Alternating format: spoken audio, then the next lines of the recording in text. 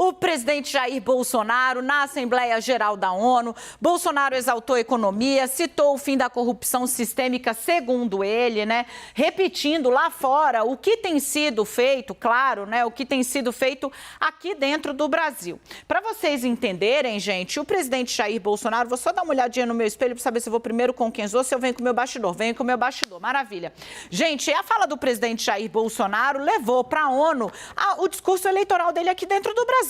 E o presidente teve o cuidado, e isso eu vou abrir aqui a conversa que eu tive com a fonte bolsonarista, que está com o Bolsonaro, inclusive, acompanhando o presidente nessa viagem.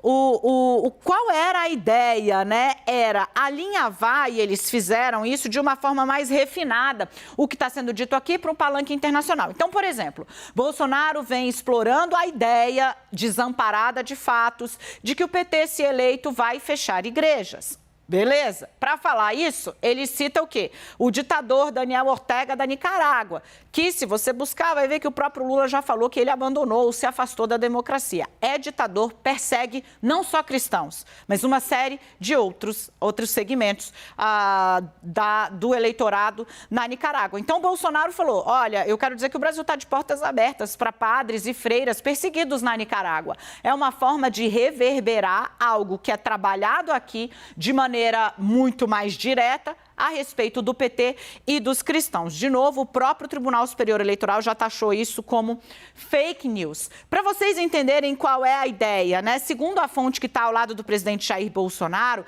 a praxe é usar o discurso do último ano do mandato para fazer uma espécie de balanço do governo e comparar a situação do país no mundo no início de 2019 e agora em 2022. Então, a ideia era falar sobre como o Brasil enfrentou a pandemia e a crise econômica, problemas que assolaram o mundo, partindo da ótica governista, da ótica do governo, falando também sobre a guerra. E aí o presidente Jair Bolsonaro defendeu um cessar-fogo imediato, a busca de um acordo e também defendeu a ideia de que as sanções à Rússia unilaterais, sem diálogo, deveriam ser suspensas. Nesse ponto, o presidente adotou a cartilha da diplomacia brasileira, tá? Que tem optado historicamente por se colocar como uma diplomacia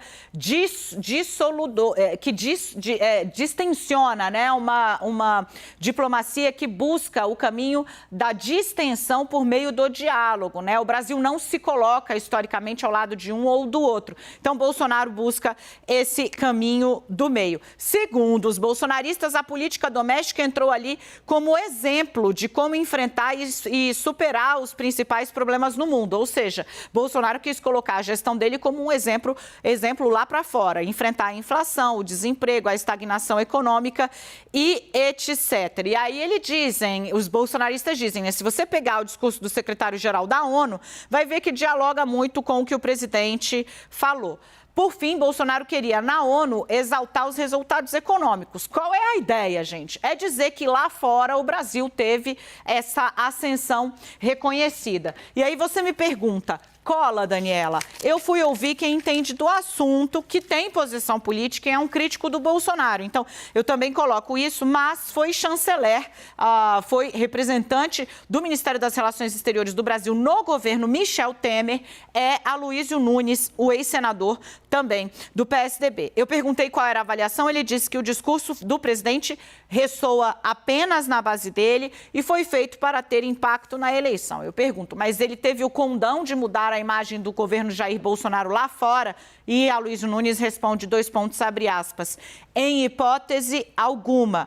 Há sobre Bolsonaro uma jurisprudência consolidada. A ideia de que ele falhou no combate à Covid, de que é aliado aos desmatadores e contrário a determinados grupos, como os homossexuais. Isso está escrito lá fora e essa fala não muda.